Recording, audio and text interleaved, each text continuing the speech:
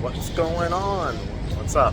So today I'm like outside of work and I've got so much going on lately. New studio, new different ideas, and I wanted to still have the time to shoot. I am not filming with the R5, the Black Magic or anything. I'm filming with my phone.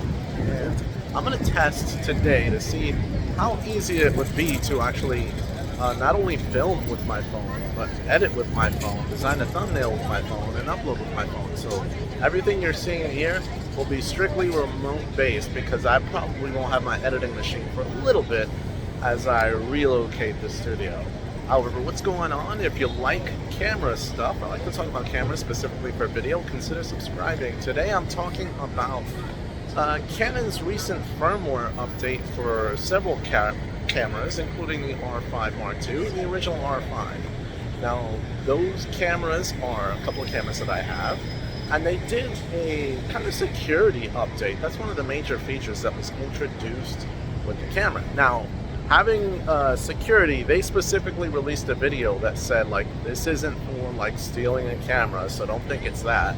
Because that's what I thought it was going to be for, like, you know, thief prevention. But it's not really for that. It's more like, you know, network protection. Because if you think about it, like, they could just reset the camera and then start it over anyway without the password. So it's not exactly something that'll protect your camera from being stolen. And then I know that on other videos I've seen creators say, like, oh, you know, maybe they can't get into the camera, but the lens could be just as expensive and they'll steal that. My particular take on that is not everybody knows about cameras, right? And a lot of people who just want to take it because they know it's high value and sell it, they don't know that even how to take the lens off of the camera and put it on. They're just like, oh, camera. So they can't get in. They might not be smart enough or know enough about cameras to realize that they can do that and separate the lens from the camera itself. It sounds ridiculous, especially if you're into cameras, but honestly, who of us like hasn't been approached, especially if you're into photography or videography like me, who hasn't been approached and you just have a camera in hand, it can be whatever type of model, and they say, wow, that's a great camera, it's pretty big. And that's the only reason why they think it's great. And then they say, you must take great video or photos just because you're holding a camera that's larger than normal size. Even if it's like one of the entry-level cameras, they'll still say that. And that's really because there's only a few of us that are into that niche that can tell the difference and, of course, know what to steal and what not to steal. Because when a thief wants to steal, they're just going to take whatever they want. So that's my opinion on that. And I'm really glad that they're at least thinking of software updates that evolve more than just camera features. Great, don't get me wrong, I love improving camera features. Like the firmware update that helped the R5 Mark I deal with its overheating was great. Darn, there's you know, police sirens here, but bear with me because I'm still out and trying to record this the way it is.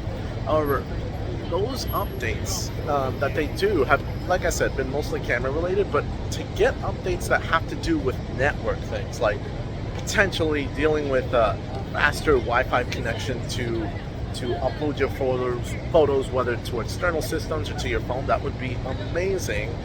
And one of the features that I would absolutely love would be immediate access to the photos to upload to like Instagram or something like that, or an online server of your choice. Would be fantastic with a much smoother interface and similar to what your phone can do. Have that in a camera in itself. Have like a really like low-end kind of social media app that you could just kind of upload and then just kind of tweak it. Like once you upload it, for example, upload it to Instagram, it's up there, then you go on your phone and then you can tweak it from your phone without having to you know, like send the photo to your phone first and then go from your phone and then upload to Instagram. If it could just boom, boom, boom, boom, upload everything, and then an interface on your phone can actually have you fine tune it, and those pictures get saved in a draft or the video gets saved in a draft, that would be super cool. But that requires licensing for all of that stuff. And that, I think that's part of the reason why you have camera brands saying, we're not going to do that. So, but I think it's a failed opportunity. Ugh, nothing but sirens here. Anyway, that's life. I'll catch up with you guys later. They must be after me. As always, you can make my day if you subscribe to today's Magnus, and I'm out. Bye-bye.